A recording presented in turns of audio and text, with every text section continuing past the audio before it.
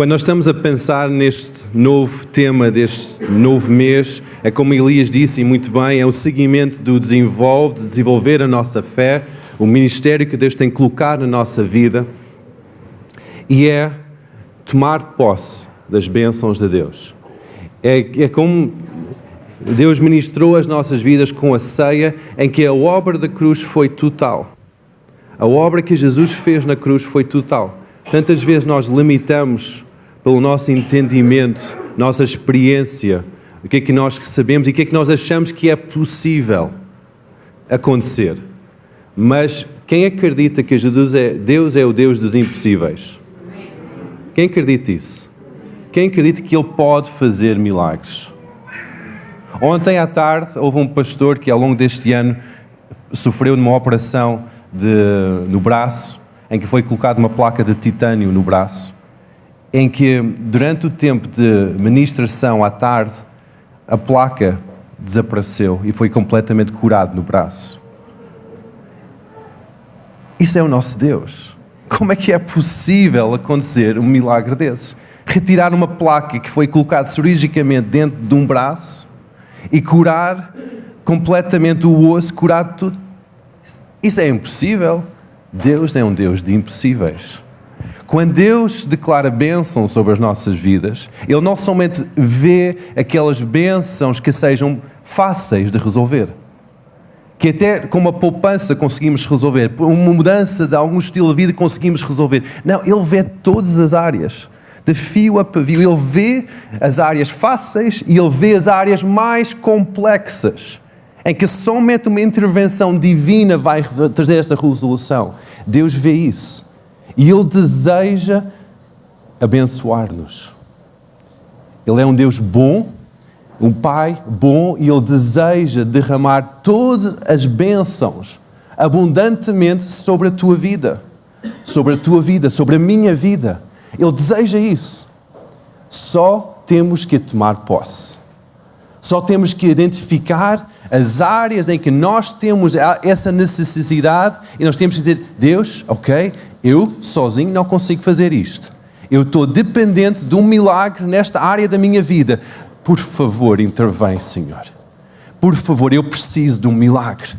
Eu preciso desta intervenção divina na minha vida. E quando nós tomamos posse, em fé, estamos a trazer o seu reino aqui para esta terra. Estamos a trazer a sua glória aqui para esta terra. Às vezes eu fico tão aflito, tão a pensar de tanto tempo em que nós, cristãos, especialmente cristãos, somos roubados da bênção de Deus. Que a vontade de Deus seja completada na nossa vida, porque nós não tomamos posse. Tantas vezes eu fico a pensar: como é que é possível, Deus? Tantos anos, tanto engano na nossa mente, e não tomamos posse das bênçãos de Deus. Nós vivemos oprimidos com as nossas emoções. Vivemos oprimidos com as doenças, com as aflições da vida. E não tomamos posse da bênção de Deus. Não falamos de Deus como Ele fosse um Deus bom. Trazemos muitas vezes Deus como um Deus mau que traz somente julgamento. Mas é incrível que em Romanos fala um versículo que destaca. Eu até sublinhei na minha Bíblia. Em Romanos 2, a segunda parte do versículo 4, diz assim: que a bondade de Deus é que te conduz ao arrependimento. A bondade de Deus. Deus demonstra bondade sobre as nossas vidas para atrair-nos a Ele. Ele deseja isso nas nossas vidas. Muitas vezes nós podemos dizer: o mundo tem que saber que eles são pecadores, que eles vão ser julgados. Jesus, Ele demonstrava amor. Ele curava os enfermos, atraía as pessoas ao arrependimento. Deus deseja esta demonstração da sua bondade no mundo à nossa volta. Nós temos que mudar um pouco a forma que nós pensamos quando nós olhamos para o mundo à nossa volta. Temos que pensar que este mundo é um mundo que deseja ser impactado com a glória de Deus. Quando pessoas vêm ter connosco e estão aflitos com coisas, doenças, opressão, a solução está dentro de nós. É Jesus. A bondade de Deus manifesta para trazer aqueles indivíduos ao arrependimento. A bondade de Deus manifesta através das nossas vidas para atrair essas pessoas a Jesus. Conseguem entender estas boas novas? Que há solução para as situações. Há solução para a opressão. Há solução para as doenças. E é em Jesus. Só temos que tomar posse destas bênçãos. Quando eu estava aqui a pensar neste tema de tomar posse, eu li duas passagens em paralelo que complementam-se uns aos outros e nunca tinha pensado nisso. Mas é Josué, do capítulo 1 a 6, e Romanos, do capítulo 1 a 6. São duas passagens que complementam-se. Um é uma forma de história, explicar a história, e que explica as coisas espirituais, e o outro é a orientação da igreja, ou de cristão, que o apóstolo Paulo está a dar orientação à igreja de Roma. Vamos focar nesta palestra acerca de como é que esta parte histórica, para que nós podemos entender a parte espiritual. Muitas vezes nós temos o Velho Testamento, que é algo histórico, com histórias que às vezes são histórias um bocado chocantes, mas é tudo para refletir a parte espiritual. São áreas para que demonstre a área espiritual. Como é que Deus vê pecado, como é que Deus vê as nossas vidas, reconciliação, para trás, para frente. É formas de que Deus demonstra o Salvador, que é Jesus. Porque Jesus é aquela pessoa central na Bíblia. Quando nós vimos a história de Josué, o primeiro capítulo, Josué recebe aquele legado, aquela herança, o grande líder morre, ou não é levado para o céu, não diz propriamente que ele morreu, mas é levado para o céu, e de repente Deus, o Todo-Poderoso, aparece em frente de Josué e diz: ser forte e corajoso, não temas, eu estou contigo, olha, o teu mentor, teu líder partiu, mas agora é a tua vez. E Deus apresenta-se a Josué e dá-lhe propósito de vida, dá-lhe uma missão de vida, uma comissão. Muitos comentadores teológicos dizem que Josué é um reflexo de Jesus. Até o nome, no original, no hebraico, é mesmo o nome que é usado para Jesus no Novo Testamento. E por isso que é uma personagem que é simbólica de que Jesus é. Como é que isso é possível? É que Jesus levou as pessoas, Josué levou as pessoas a atravessar o Jordão e a entrar na terra prometida, a tomar posse das bênçãos de Deus. Foi a mesma coisa que Jesus fez. Ele morreu na cruz, levou sobre ele próprio toda a nossa culpa, foi sepultado, ressuscitou para que nós tenhamos uma nova vida em Cristo. Primeira coisa que Deus fala a Josué é para ele seguir a lei de Moisés. Muitas vezes nós podemos pensar: Josué é o novo líder, agora quer lá saber do que se passou no passado, agora vamos lá em frente, deixando as coisas para trás e seguir em frente. Deus é um Deus de continuidade, de passar de geração em geração. E nós vimos isso com Moisés, que ele deu a lei a Moisés e depois orientou Josué a dizer: olha, cumpre esta lei, medita nela dia e noite, segue aquele exemplo. E logo a seguir nós vemos que a geração que estava à sua volta comprometeram-se em ser fiéis também. E eles começaram a entrar na terra prometida. Quando eles atravessam o Jordão, aquela intervenção divina, Deus começa a exaltar Josué nos olhos das pessoas à sua volta, e é aquele momento de decisão. Ok, nós vamos largar definitivamente a velha vida e vamos entrar na terra prometida. E esse é aquele momento de decisão em que nós podemos ver na nossa própria vida. Tem que haver um momento em que nós dizemos, sim, Deus, que eu vou seguir uma nova vida contigo. Nós podemos passar anos na igreja, dar voltas e voltas e voltas. Mas há um momento, aquele momento da verdade, em que nós dizemos que é agora, Senhor. É agora que eu vou determinar, eu vou passar por aquele rio Jordão e eu vou entrar na terra prometida. É aquele momento que é um momento divino, sobrenatural, em que nós passamos e largamos o Egito, largamos tudo que passou e seguimos um novo rumo com o Senhor. Cada um de nós temos que fazer isso. Eu aceitei Jesus, como eu já disse várias vezes, quando eu tinha 5 anos de idade.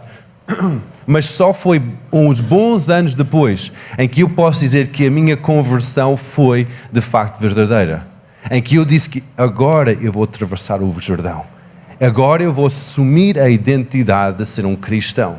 Agora eu vou seguir em frente com Jesus. Eu não vou agarrar naquela forma deste mundo, mas eu vou seguir com Jesus.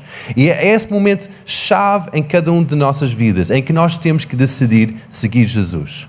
Nós podemos estar a servir Jesus, a frequentar uma igreja, a receber pregações, mas há um momento que cada um de nós temos que decidir se nós vamos seguir Jesus. Se nós realmente vamos decidir largar as coisas deste mundo. Largar o Egito. Largar isso do nosso coração e seguir Deus. Cada um de nós temos que tomar essa posição. E esse foi o segundo passo que Deus levou Josué a passar. Primeiro foi aquele passo de visão e chamamento, aquele encontro divino, mas depois, logo a seguir, foi passar para o Rio Jordão, em que eles tiveram que largar tudo que Egito significava para eles e seguir em frente. Eu achei interessante na história da travessia do Jordão que Deus disse para Josué para agarrarem 2 homens, aqueles 2 homens agarrarem pedras do leito do rio e separar aquelas pedras e levar para fora do rio para criar um memorial. E quando eu vejo isso, eu vejo que Deus não somente quer que haja memoriais, mas que haja uma ordem divina sobre as nossas vidas. Não, Ele não agarrou em, ok, agora cada um traz uma pedra e vamos pôr aqui no monte. Não, Ele disse, são 12 pedras e vão pôr em forma de um memorial. Vamos criar uma ordem divina sobre a vossa vida.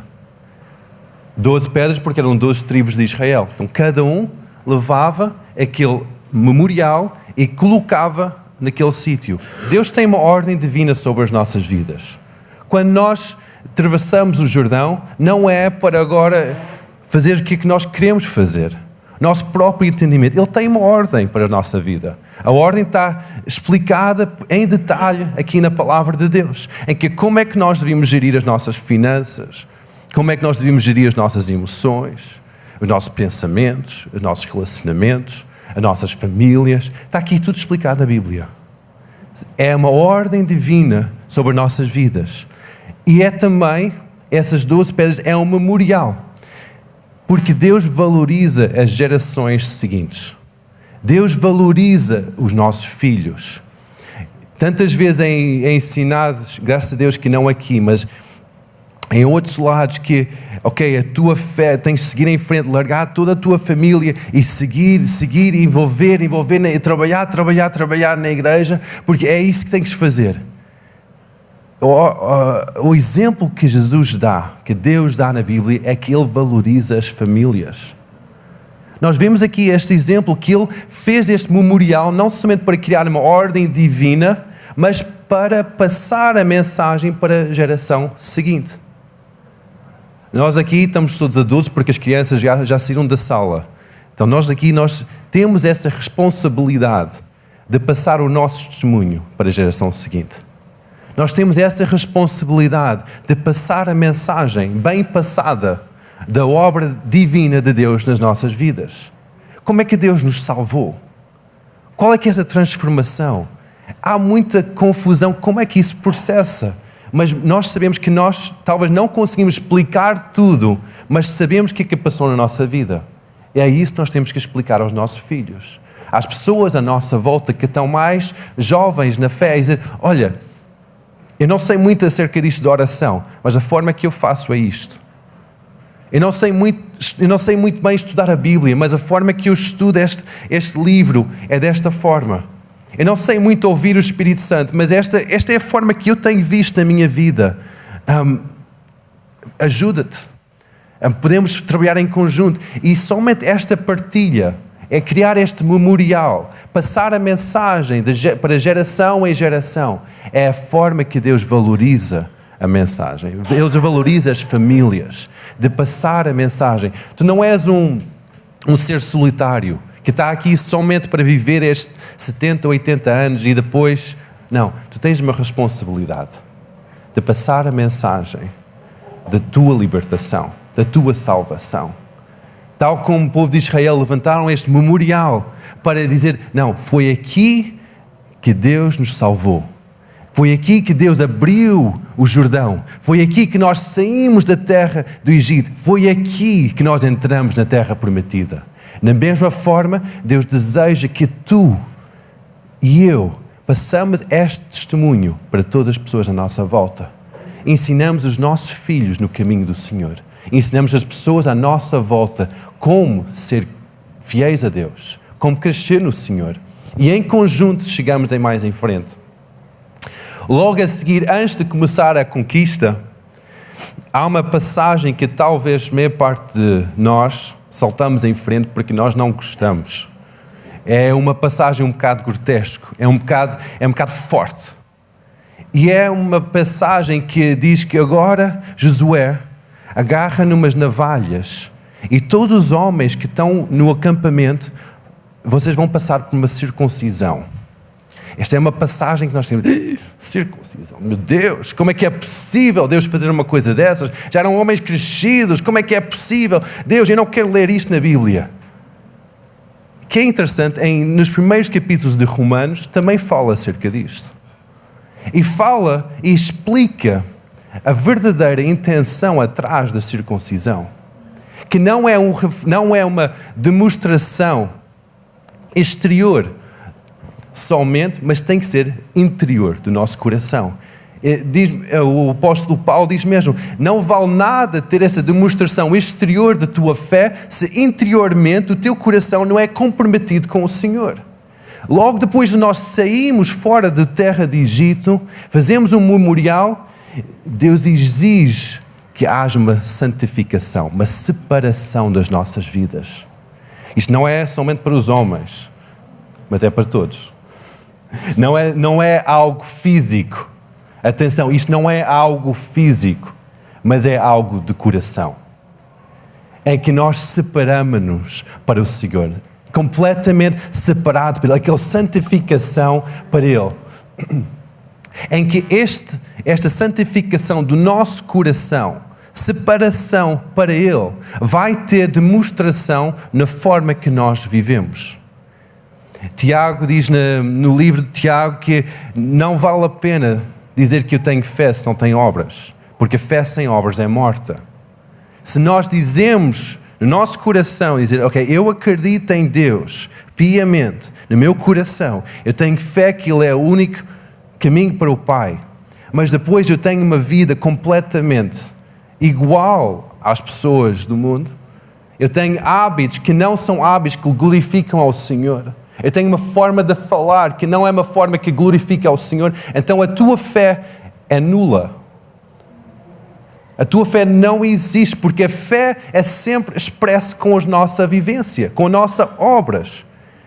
Mas eu acredito em Jesus, eu acredito mesmo. Mas depois, como é que tu estás a falar, amigo? Como é que tu estás a amar as pessoas? Como é que estás a gerir o que é que tu vês na televisão? Como é que estás a gerir o que é que tu vês na internet? Como é que estás a gerir os teus relacionamentos? O que é que tu estás a consumir deste mundo? Como é que tu estás a gerir a tua vida? Isso reflete a tua fé ou não? Se não reflete a tua fé, então a tua fé é nula. Não existe. Porque a tua vivência tem que refletir a tua crença. Amém? Aleluia? Amém? Então, quando o povo de Israel passou por esta indicação de que eles têm que começar a circuncidar o povo, vamos tirar aquela ideia da nossa mente, ok, eu não vou ler esta passagem bíblica, mas vamos tentar a perceber a intenção de Deus por detrás desta expressão física na vida daqueles homens. Que cada um de nós temos que nos santificar, separar para o Senhor, demonstrar a nossa fé na nossa vivência. Amém? Logo a seguir, deles passarem por este momento de santificação, de compromisso com o Senhor, novamente o anjo de Deus aparece a Josué. E ele diz: agora está na altura de ir e defrontar aqui Jericó. Primeira cidade, a cidade que era considerada a cidade invencível pelos cananeus, que foi aquele marco na conquista da terra prometida. Aquela cidade foi determinado que aqueles muros eram impenetráveis. Eles faziam corridas de cavalos em cima dos muros, tinham para aí 6 metros de largura, em que diziam que esta cidade é quase uma cidade santa, porque é impenetrável. E essa foi a primeira cidade que o Deus dos exércitos disse ao Josué: vai até Jericó. Vai até Jericó. Não há impossíveis para Deus. Quando nós começamos este caminho com o Senhor, Ele vai começar a trazer-nos a sítios na nossa vida que nós pensamos que são impenetráveis. São impossíveis. Esta fortaleza tem estado na minha vida ao longo de tantos anos, até talvez gerações. É impenetrável alcançar esta vitória. Mas Deus diz que a vitória é tua. Amém? Essas muralhas vão cair. Muitas vezes nós pensamos, vamos arranjar formas, estratégias de conseguir derrubar essas muralhas. Talvez a forma mais fácil de derrubar estas muralhas era criar uma estratégia militar à volta. Mas qual foi a orientação que Deus deu? Vai dar voltas à cidade. Vai dar voltas à cidade. Manda lá espiões, mas depois começa a dar voltas. Durante 7 dias dá voltas. E no 7º dia dá 7 voltas. Imagina como é que era ali aquele ambiente entre os soldados. Josué diz para os soldados: quando vocês estão a dar a volta, ninguém diz nada um ao outro. Fiquem em silêncio absoluto. Eu acredito que se Josué não tivesse dito isso, ia começar a vir dúvidas, murmurações. Confiamos em Josué, atravessamos agora o Jordão, até passamos por circuncisão, agora temos que dar aqui as voltas e voltas e voltas. Como é que é possível? Qual é que é a estratégia à volta disto? Onde é que nós vamos? Deus tem um plano divino para derrubar as maiores muralhas na tua vida. E nós temos que submeter completamente a nossa vida à orientação divina para que haja vitória. Muitas vezes nós tentamos ter vitórias nas nossas vidas com a nossa própria inteligência, mas é tão limitado. O nosso braço é tão limitado, porque a vitória é do Senhor. E Ele tem determinado essa vitória sobre as nossas vidas, mas para isso nós temos que depender completamente da sua orientação divina e seguir isso em obediência plena. Amém? Aleluia, estão acordados ainda? Amém. Ontem à noite, como estava na organização, eu cheguei a casa muito tarde, acordei cedo para orar, talvez tive 2 horas de sono, mas estamos aqui. Por isso que temos que ter energia. Quem está a dormir? Quem está a dormir dá um encostão à pessoa ao lado, que se acorda. Se este pastor está a acordar com 2 horas de sono, acorda também, temos que acordar. Deus tem vitória para a tua vida. Deus tem vitória, Deus tem cura para a tua vida. Deus tem um propósito de bênção, de vida e não de morte. Só que nós temos que tomar posse disto. E a forma que nós tomamos posse desta vitória é quando nós ouvimos a voz de Deus e seguimos essa orientação.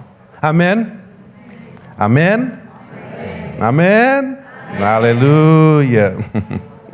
Nós podemos tentar por nossa própria força, mas aquilo não vai dar resultado. Logo a seguir, Josué derrotou Jericó, as muralhas caíram. Logo a seguir, nós vimos que houve duas situações em que houve compromisso com a orientação de Deus. Primeiro foi Acã, que decidiu que Deus não precisava de toda aquela riqueza daquela cidade. Então ele decidiu, ele não precisa disto tudo, ninguém vai reparar neste ouro, nesta prata, ninguém vai reparar, isto é tanta coisa, este reino era tão rico, ninguém vai notar se eu tiro um pouco. Deus vê tudo. Se Deus diz uma coisa, se Deus dá uma orientação para a tua vida, não inventes. Ele é mais inteligente que tu és. Ele tem uma estratégia maior que tu tens. Ele sabe tudo. Não inventes, confia plenamente. Obedece plenamente. Não inventes. Segue a sua voz. Porque senão, nós já sabemos como é que vai acabar.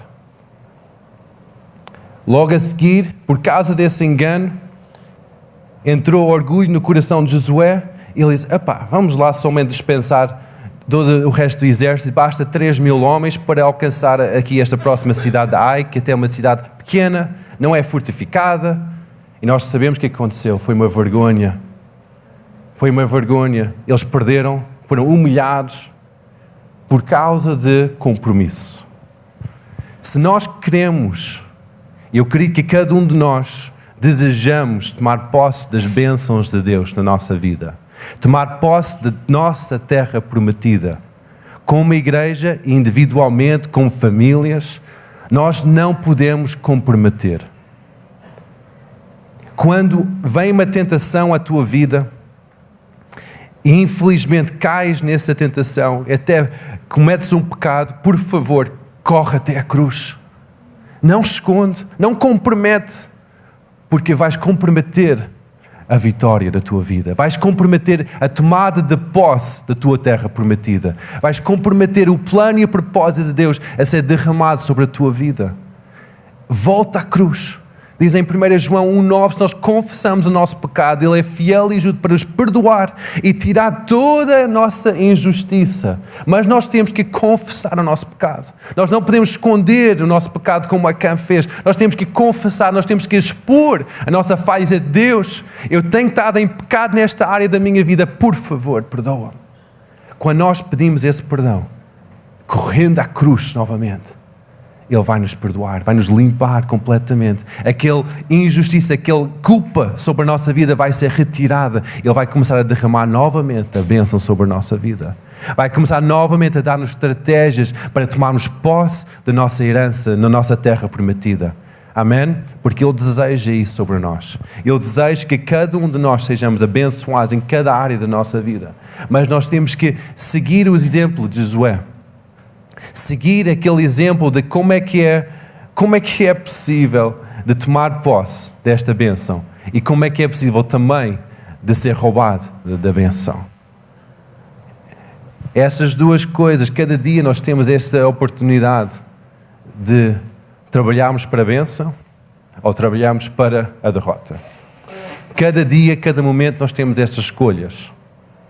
Cada momento, e hoje foi um dia que vocês escolheram de estar aqui para estarem em rumo da vossa bênção, para receberem exposição à glória de Deus. Quando nós adoramos Deus em conjunto, Ele é glorificado. E quando nós somente estarmos aqui na sala, nós somos expostos a essa glória. Quando nós ouvimos a palavra de Deus cria fé nas nossas vidas. Então, somente o passo que vocês tomaram para estar aqui congregado é um passo em direção a Deus. É um passo em direção à tomada de posse da vossa bênção. E isso é contínuo. Cada dia nós podemos mudar, podemos ser transformados, podemos decidir receber a bênção de Deus. Por isso que Deus deseja essa bênção sobre cada uma das nossas vidas.